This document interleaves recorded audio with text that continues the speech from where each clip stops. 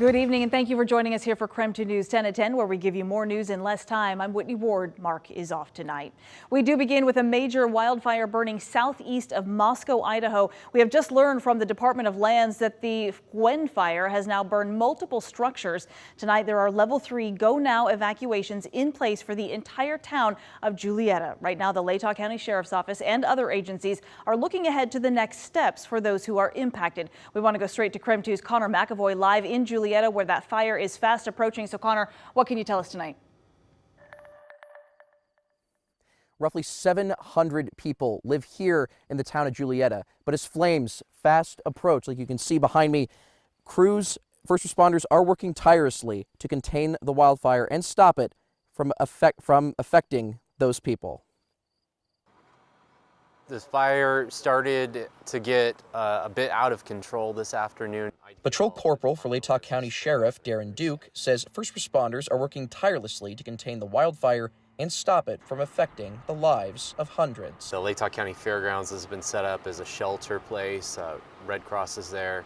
And I understand there's a few other private areas that have also opened up around the county for people to go if they need a place to go to. Duke says the fire is 10,000 acres and growing. And while first responders are trained to fight fires of that magnitude, it's proven difficult compared to others. It's in a difficult spot with it being a canyon, of course. Access is an issue, and they won't be able to use aircrafts anymore as it gets dark, but they have had several aircrafts that have been working it. They're doing the best they can. The best they can to save any amount of property as possible, with community members worried about their homes and loved ones as they stay away for now so first responders can do their jobs.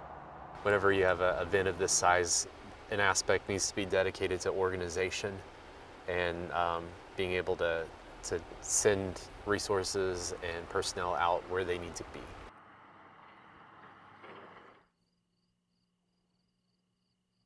Now, the Idaho Department of Land says, quote, a huge lightning event caused the fire. There are a few other fires in this area, so the danger is high.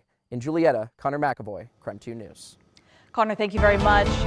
And we are tracking several other wildfires as well, right here in Washington, down in Oregon, and up north in Canada, all threatening homes and communities and proving to be difficult for local and federal crews. So here's what we know at this hour. The Swawilla fire is burning near Keller. This is on the Colville Reservation. The entire town of Keller and much of the surrounding area now under level 3 go now evacuations. According to officials, that fire has burned more than 30,000 acres. It is still 0% contained tonight. In the meantime, along the Oregon-Idaho border, the Durkee fire is now the largest burning in the U.S. It has charred at least 280,000 acres already. It is only 20% contained. Officials say 2 homes and at least 12 other structures have been destroyed. And finally, 25,000 people have been evacuated from the Canadian town of Jasper. A fire burning through that area destroyed between 30 and 50% of all of the town's structures. Fortunately, officials say no one was hurt. There are about 176 fires burning across the province, though, tonight, and officials say 54 of them are burning out of control.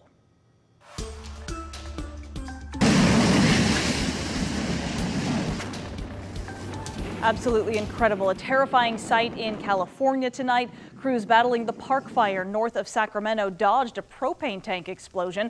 That fire is currently burning more than 71,000 acres. Tonight, law enforcement arrested a man who is suspected of starting that fire. The district attorney's office said he had been seen pushing a car that was on fire down into a canyon.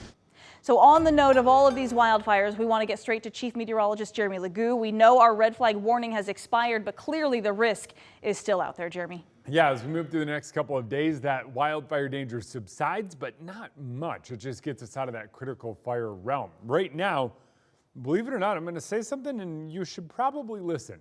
Oftentimes, you can kind of ignore the weatherman, but tonight, open the windows. Seriously, hear me out on this one. It is 70 degrees right now. Not only is it 70 degrees in Spokane, but you move around the region and temperatures are down in the 60s. Coeur d'Alene sits at 62. Sandpoint, you sit at 64. You're near 60 in Pullman and Moscow. And when it comes to air quality, a lot of areas aren't sitting as bad as you might think. We've actually seen a little bit of improvement later tonight. We're around good in Spokane, 45 in terms of AQI. Much of North Idaho sits about there. Not until you get into the southern panhandle do you see that degradation in those numbers. So if you're anywhere south of the Palouse, I would say avoid it. But yep, it is going to be an interesting one. Next few days, we'll get a bit of a smoky haze tomorrow as everything settles, but then it's mid-80s and sunshine taking us through the weekend. All right, Jeremy, thank you. In other news, it is official. The Meade School District is being sued by parents of a high school football player for alleged abuse by fellow teammates. It happened more than a year ago during summer at training camp at Eastern Washington University. It wasn't reported, though, to police until 8 months later. Parents first reported it as a sexual assault after cell phone video had surfaced showing at least 4 football players assaulting teammates with a massage gun. It's a story we first broke here at KREM 2 News. Now, at least 5 Meade students have come forward claiming it happened to them.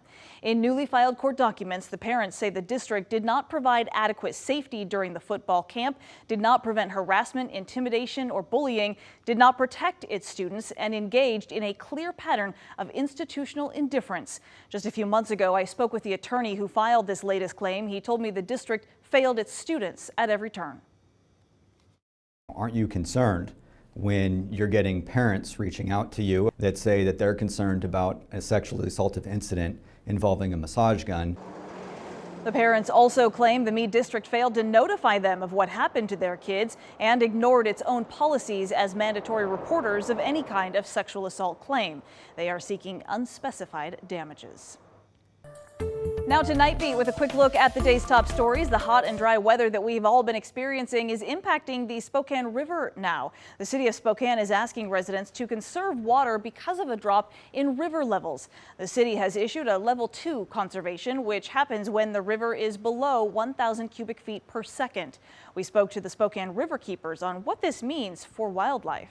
So down here in the lower section of the river, it is pretty normal, and that's because of that huge inflow from the aquifer. The aquifer water comes in at about 52 degrees, and it keeps this lower section at right around 60 to 65 degrees during the hotter times, which is still too hot for fish. And so by conserving water and protecting our aquifer, you're actually protecting the cold water right here in our river too.